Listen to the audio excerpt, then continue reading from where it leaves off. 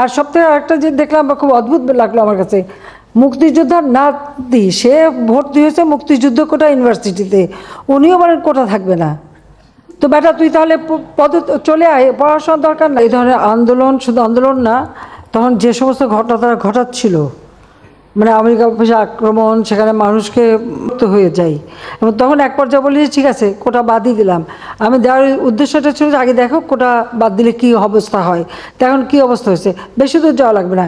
এবারেই দেখেন ফরেন সার্ভিসে মাত্র 2 জন মেয়ে চান্স পেয়েছে এবার, আর পুলিশ সার্ভিসে মাত্র 4 জন মেয়ে চান্স পেয়েছে। নারীর অধিকারের কথা বলি, সব ধরনের ব্যবস্থা রেখেছি। মুক্তিযুদ্ধের পর জাতির পিতাই তো বিশেষ করে সেই নির্যাতিত নারী সহ নারীদের জন্য চাকরির ক্ষেত্রে 10% রেখেছিলেন, মুক্তিযোদ্ধাদের জন্য 30% রেখেছিলেন। এখানে আমি যখন সরকারে আসি তখন থেকে আমার ছিল যে ঠিক আছে এই যে 30% যদি পূর্ণ না হয় বা 20% যে কোটাটা পূর্ণ না হবে, সেখানে যারা পরবর্তী থাকবে তালিকায় তাদের ভিতর থেকে সেখানে নিয়োগ দেওয়া হবে। সেটাই কিন্তু আমরা শুরু করে দিয়েছিলাম। আচ্ছা, আর আমি একটা জিনিস আমি বুঝি না, সেখানে আমরা আমাদের দেশের নারীরা তো কোনোদিন সেক্রেটারি হবে ভাবেনি, ডিসি হবে ভাবেনি, এসপি হবে ভাবেনি, এমনকি কোথাও তাদের পদায়নও ছিল না। পুলিশে কিন্তু জাতির পিতা বঙ্গবন্ধু শেখ মুজিবই কিছু অফিসারের চাকরি দিয়ে গিয়েছিলেন সেই পুলিশ বাহিনীতে নারীদের। প্রশাসনের ক্ষেত্রে প্রথম সচিব কিন্তু আমি করি, এবং প্রথম এসপি, ডিসি, এরপরে একবারে মানে ওসি, সমস্ত জায়গায় যেন নারীদের একটা অবস্থান থাকে সেটা আমরা নিশ্চিত করি। লেখাপড়ার দিক থেকে জাতির পিতাই শুরু করলেন মেয়েদের পর্যন্ত 12 ক্লাস পর্যন্ত অবৈতনিক। পার্লামেন্টে কিন্তু মেয়েদের জন্য আলাদা সিট রেখে দিলেন, সংরক্ষিত আসন, যেন নারী নেতৃত্ব গড়ে ওঠে। নারীদের এই জন্মে হতে পারে, নিজের পায়ে দাঁড়াতে পারে নিজেরা। তো আমার প্রশ্ন হচ্ছে যে সেই সময় যারা আন্দোলন করেছিল তার মধ্যে অনেক মেয়েরাও ছিল। নারী কোটা চাই না, যিনি বলছেন নারী কোটা চাই না, মেধা দিয়ে চাকরি পাবে, সে কি চাকরি পেয়েছে? সে কি বিশেষ পরীক্ষা দিয়েছে?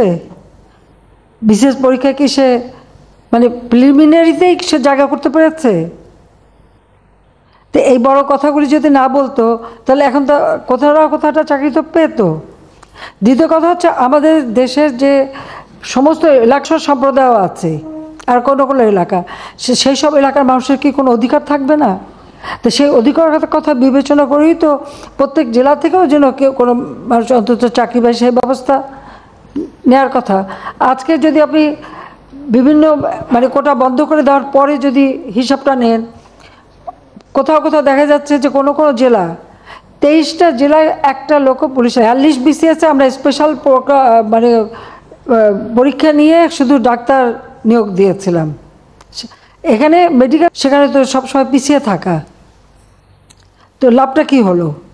মুক্তিযোদ্ধারা খুব ধরলো, তারা মামলা করলো। যখন মামলা করার পরে কোর্ট, উচ্চ আদালত কোনো রায় দেয় বা কোর্টের যখন কোনো রায় হয়, সাধারণত সেই রায়ের বিরুদ্ধে এক্সিকিউটিভ অথরিটির এখন এই মুহূর্তে তো আমাদের কিছু করার নেই, কারণ কোর্টেই সমাধান করতে হবে। এখন যারা আন্দোলন করছে তারা তো আইন মানবে না, আদালত মানবে না, সংবিধান কি তারা চেনে না, বা একটা কার্যনির্বাহী অর্থাৎ একটা কাজ করতে গেলে তার যে নীতিমালা, বিধিমালা বা ধারা থাকে সেটা, বা একটা সরকার কীভাবে চলে এ সম্পর্কে কোনো ধারণাই এদের নাই, কোনো জ্ঞানই নাই। হ্যাঁ, পড়াশোনা করছে, ভালো নাম্বার পাচ্ছে, সেটা ঠিক, কিন্তু ভবিষ্যতে এরা তো নেতৃত্ব দেবে বা এই দেশ চালাতে আসবে, তাদের তো এই ধারণাগুলি দরকার। আমাদের সংবিধান কি বলে সেটা তাদের জানা উচিত। আমাদের একটা রাষ্ট্র পরিচালনায় কী ধরনের কাজ হয় সে সম্পর্কে তাদের কোনো ধারণা আছে? সে ধারণা তো আমরা দেখি না। আজকে যখন আদালতে চলে গেল, তা আদালতে সেটা সমাধান, এবং আদালত তাদের সুযোগ দিয়েছে, বলেছে আপনারা আসেন, আর্গুমেন্ট করেন, বলেন, তা আদালতে যাক, বলুক না, তারা রাজপথেই সমাধান করবে। আর আমাকে বলছে, আমি সত্যি কথা বলতে কি, আদালত যখন কথা বলেছে, আদালতে যখন চলে গেছে নাই, এটা তো আমার সংবিধানও বলে না, আমার পার্লামেন্টও বলে না, কার্যপ্রণালী বিধিও বলে না, কিছুই না। যতক্ষণ পর্যন্ত আদালত থেকে সমাধান না আসবে ততক্ষণ আমাদের এখানে কোনো কিছু করার থাকে না। এটা বাস্তবতা, এই বাস্তবতা তাদের মানতে হবে। আর যদি না মানে কিছু করার নাই, আর রাজপথে আন্দোলন করে করতেই থাকবে, তবে কোনো ধ্বংসাত্মক কাজ করতে পারবে না। যতক্ষণ তারা শান্তিপূর্ণভাবে করে যাচ্ছে কেউ কিছু বলছে না। কিন্তু এর বাইরে যখন কিছু করবে, পুলিশের গায়ে হাত দেওয়া বা পুলিশের গাড়ি ভাঙা বা এভাবে আক্রমণ, এগুলি যদি করতে যায়, তাহলে তখন তো আইন তার আপন গতিতে চলবে, এখানে আমাদের কোনো কিছু করার নেই। কোটা আন্দোলন করবার আগে তাদের তো পরীক্ষার রেজাল্টগুলি দেখে নেওয়া উচিত ছিল, যে কোথায় তারা দাঁড়িয়েছে। আর দ্বিতীয় কথাটা হচ্ছে, মুক্তিযুদ্ধের বিরুদ্ধে এত ক্ষোভ কেন? মুক্তিযোদ্ধাদের নাতিপুতিরাও পাবে না, তাহলে কি রাজাকারের নাতিপুতিরা পাবে? সেটা আমার প্রশ্ন, দেশবাসীর কাছেও প্রশ্ন, যে রাজাকারের নাতিপুতিরা সব কিছু পাবে, মুক্তিযোদ্ধারা পাবে না। অপরাধটা কি?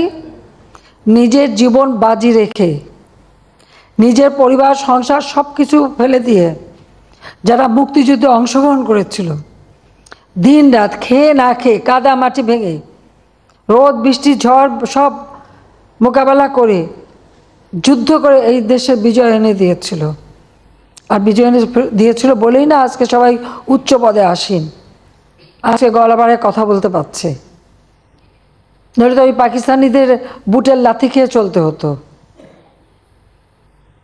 আজকে আমি কথা বলছিলাম যে কোনোদিন বিদেশে যেতে গেলে আগে একটা ভিসা নিতে যেতে হতো করাচিতে, কারণ যখন করাচি রাজধানী, তো আন্তর্জাতিক কোনো ফ্লাইট ঢাকা থেকে চলতো না, ওই করাচির থেকে আন্তর্জাতিক ফ্লাইট নিতে হতো, হয় দিল্লি থেকে নয় করাচি থেকে।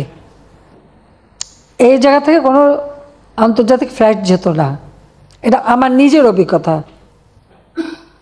জাতির পিতা মুক্তি পেলেন 69 সালে, এরপর আমি ইটালিতে গেলাম আমার স্বামীর সাথে কর্মস্থলে।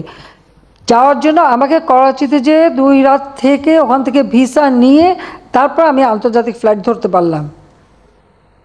এই তো ছিল আমাদের অবস্থাটা। তো এরা তো ওই ছেলেমেয়েরা তো ওটা দেখেনি, বা এখন যারা লাফাচ্ছে, এমনকি 15 বছর আগে বা 20 বছর আগে বাংলাদেশ সম্পর্কে তারা বোধহয় জানে না। আওয়ামী লীগ ক্ষমতা আসার আগে বাংলাদেশের অবস্থাটা কী ছিল? ঢাকা বিশ্ববিদ্যালয় সহ বিশ্ববিদ্যালয় ছিল অস্ত্রের ঝড়ঝানি, বোমাবাজি আর সেশন জট। 5 বছর 7 বছর সেশন জট, কোনো